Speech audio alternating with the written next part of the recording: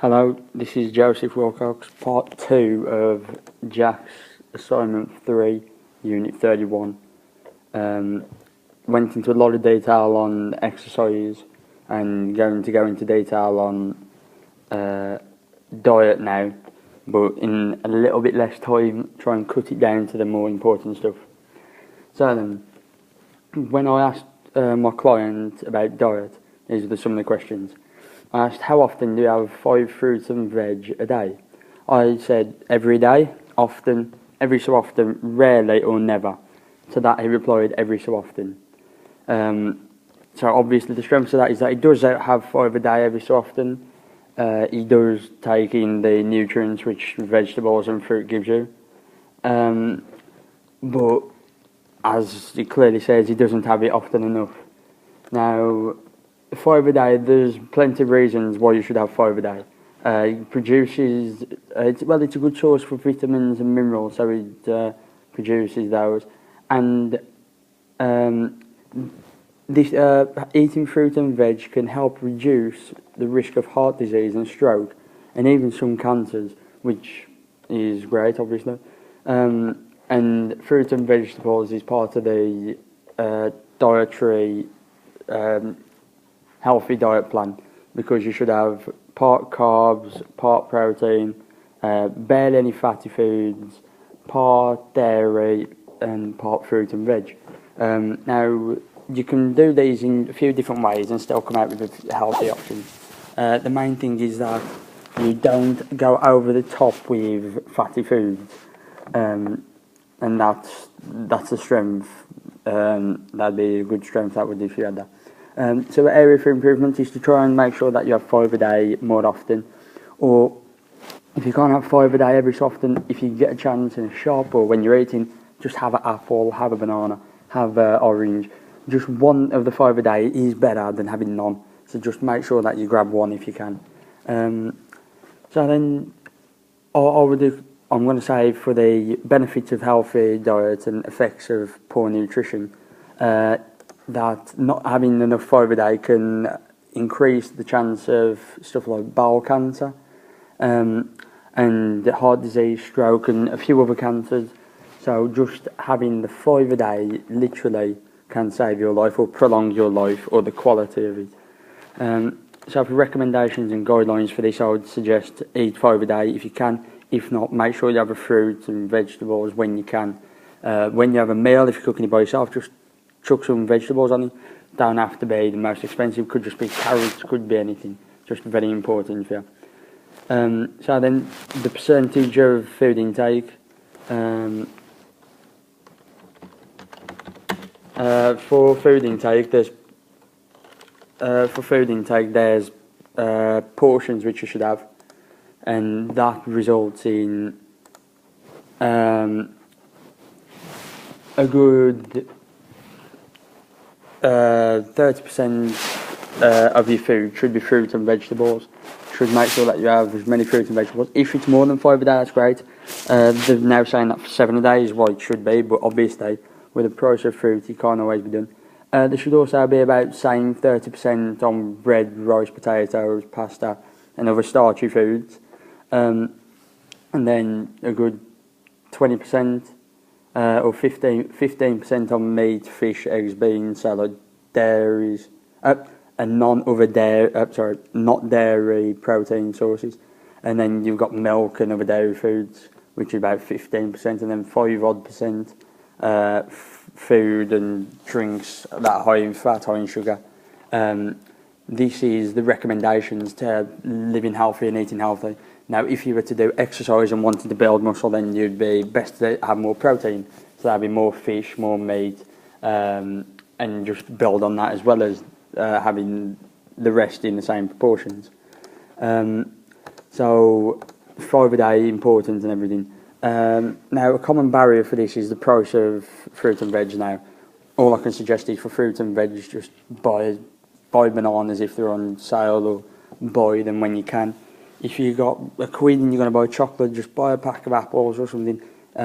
Yes, they aren't the cheapest, but still they're worth more to your body than chocolate be. So behavioural strategies, if I was you, I'd force yourself to, when you cook, make sure that you have one fruit or veg on your plate at least. It'd be great if you can put on more, but if not, then it doesn't matter. Just make sure that you are trying.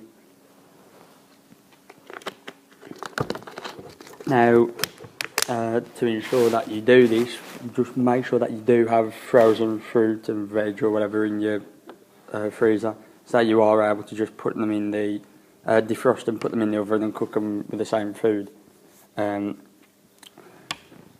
So then, moving on to how often do you have sugary drinks? Now, my client, this is not a good answer, which she replied. He says, I have a lot of sugary fizzy drinks. Yes, he does. So then the strength of this is that he realises how much fizzy drinks he has, but apart from that, there isn't many strengths. Areas for improvement. Now, they reckon that drinking one or two cans of sugary drink or more a day will give you a 26% greater risk of getting type 2 diabetes compared to people who rarely have these drinks. Now, that's almost 22%, that's 1 in 5 people, or more than 1 in 5 people, will be likely to develop type 2 diabetes due to sugary and fizzy drinks. So area for improvement would be to cut them out altogether, but that isn't always possible. Sometimes you might like them, sometimes you might not have any other choice. But areas for improvement, I would suggest behavioural strategies to help you improve is to limit yourself to 1 can a day or 1 glass a day. Or if you're on lots and lots a day, just try and find that alternate drink. Try and find that squash or that water, or I would say pure juice or something like that. But those can be high in sugars as well, so don't have too many of those. But if you can, water's always the best to have. So if you like water, water's the best to have. So behavioural strategies, try and set yourself targets. So 1 glass a day, 1 can a day, or 2 cans a day, 2 glasses a day if you have a lot. And if you can, cut them out altogether. So the common barriers, Coke and everything, it's so common, it's so cheap. Other fizzy drinks, you can get them for barely anything, near enough cheaper than water. And they taste nice and they're all the same or good when you're having them. But they are unhealthy for you. They can give you all these diabetes and corrode your teeth and other horrible things that come from soft drinks. So it does also raise the percentage of having heart attack or death from a heart disease by about 40%. That was what they found last year, which is extremely high. Soft drinks, so fizzy drinks, sugar drinks and bones, it tends to weaken bones, consumes calcium, which can deplete the effect of the bone health, and it can just do various other things to harm your body in many ways. So areas for improvement, cut it out altogether if possible. The benefits of cutting it out would be you'd be 40% less likely to develop a heart disease, heart attack, or die from a major heart disease. This is because fizzy drinks, it's just putting extra stress on your body, mainly your heart. Also, it corrodes your teeth, the effects of having sugary drinks. If you have water, your teeth won't get corroded, whereas fizzy drinks, it'll corrode your teeth, wearing away enamel, wearing away calcium from bones and all stuff, leading to poor stuff. My recommendation would be to cut it out altogether, but if that's not possible, then the next best thing is reduce it as good as you can. So then, the next question I asked was, do you add salt to your meals? He put only on Sunday carveries. This is good because most people in the UK eat too much salt. When most people, even though they do realise that eating too much salt can raise the blood pressure, we still have it. So with raised blood pressure and eating too much salt, you'll be increased risk of health problems such as heart disease and stroke.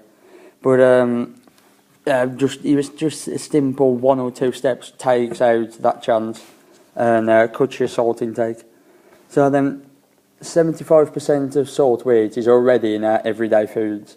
So it's already salted. Everything you eat nowadays has had salt on it to preserve it, to make it taste better, to bring out the flavours when we don't need it.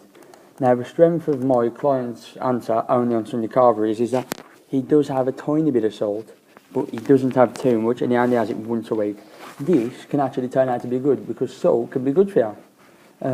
If you have it in moderation, so if you have it in small amounts, then it can actually be quite good for you. But if I would advise cutting it out altogether, but if you do have that tiny amount, then that is good. But if you do have it every day, then you're just raising blood pressures, putting your heart on more, giving your heart more stress, and giving you all sorts of different symptoms. So then, the areas for improvement, there's barely any areas for improvement on this. It's good that he barely ever, yet he does have a tiny bit, which can be good, because it's very, very little and it will affect your body, but not in a bad way. So areas for improvement, unless you're going to cut it out altogether, just keep it at that. Make sure that you don't put too much salt on that meal, and only eat it once a week.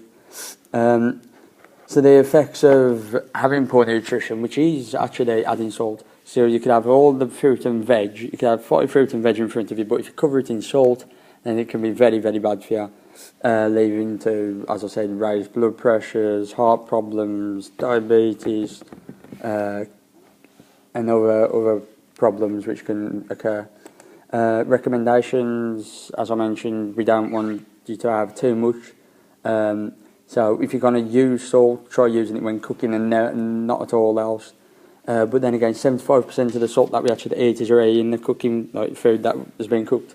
So we don't actually have to salt it. So then, timing for food intake. Now we've made sure that this is once a week, and he's made sure this is once a week. It's every Sunday carvery, or only when he has Sunday carveries. This could be once a week or once every 2 weeks, depending on when he has carveries. But the good thing about it is that he's not just having salt and salt and salt. It's salt and then a long break, so his body can digest it and it can go down in his body without having bad effects. That's the good part of it, and I'd advise keeping it the same. Now, we've eaten more or less of it, less if possible, but if it's only such a small amount, then it won't make much difference. But with salt, as I've said, in food preparation, 75% of the salt we eat has already been put into it. So as we get our meal from wherever we get it, and then we put salt on, we just add an extra 25%. Like, you sometimes put salt on and think, oh, I'll put too much on. But that's only a quarter of what is actually on the plate of the salt. So that just shows how much salt there actually is. So then I would say a common barrier to this is that salt brings out better flavour, better taste. Obviously, you don't want boring chips, you want nice tasting chips, so that's understandable. But if you can reduce it to only once a week, if you have to have it with more meals, just the tiniest amount, because there's already been some put on.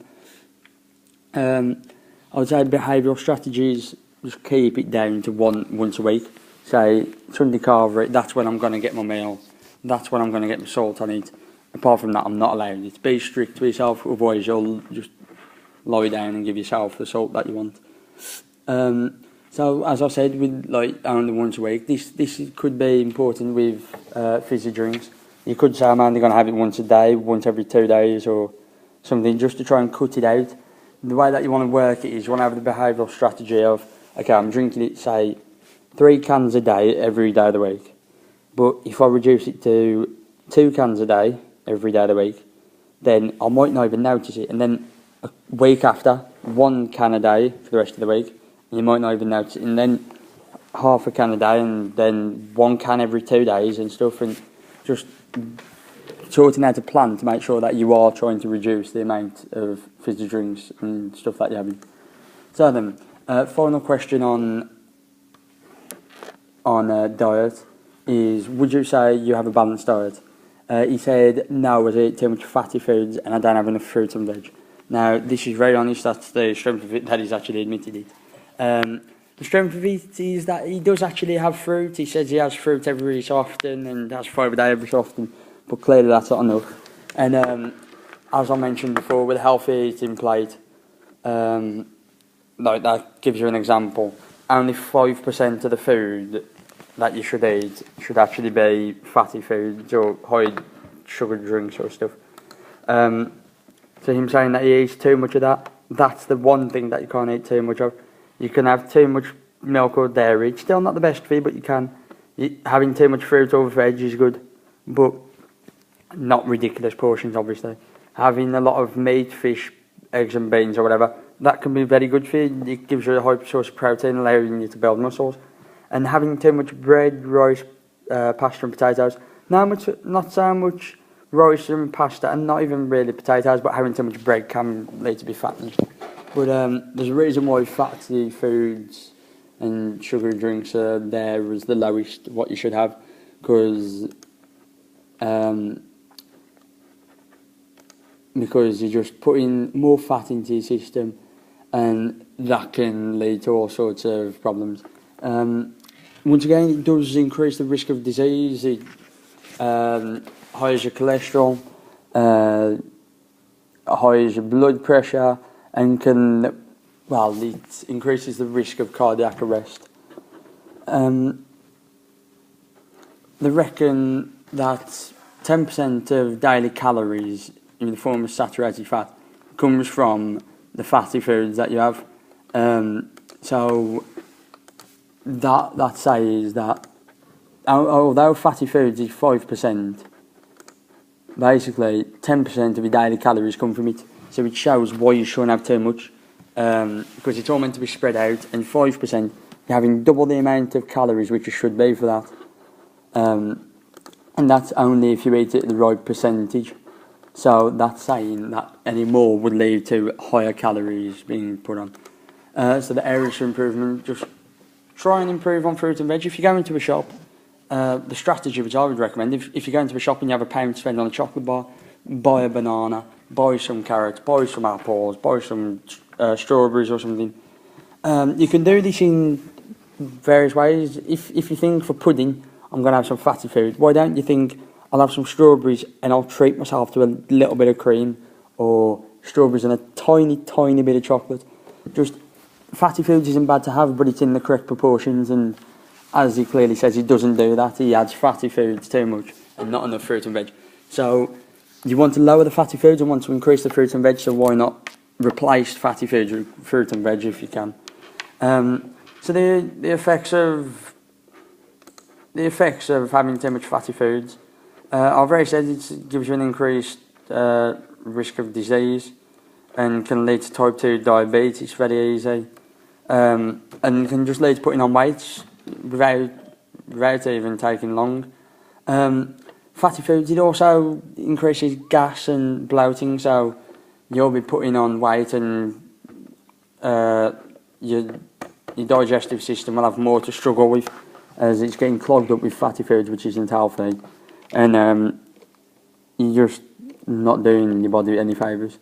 So my recommendation or guideline is enjoy yourself, have a nice fatty food meal or a fatty food dessert or something, but let's do a plan about it, so it's once a week or maybe twice a week, or you can have one fatty pudding once a week and you can have one fatty meal once a week.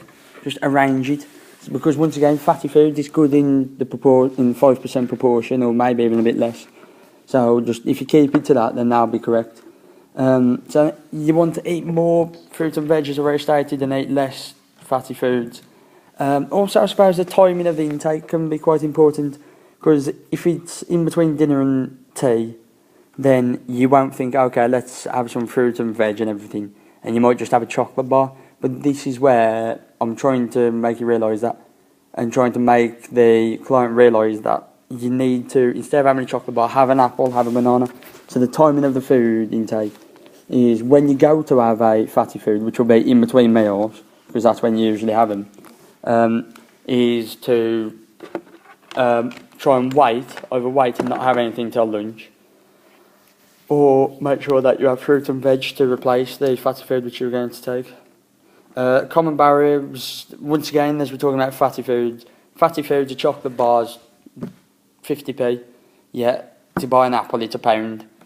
Obviously, you get more for your money with a chocolate bar, but it's not doing anything more for your body, it's just harming it. And that's what I recommend. So that's part 2, and that is diet.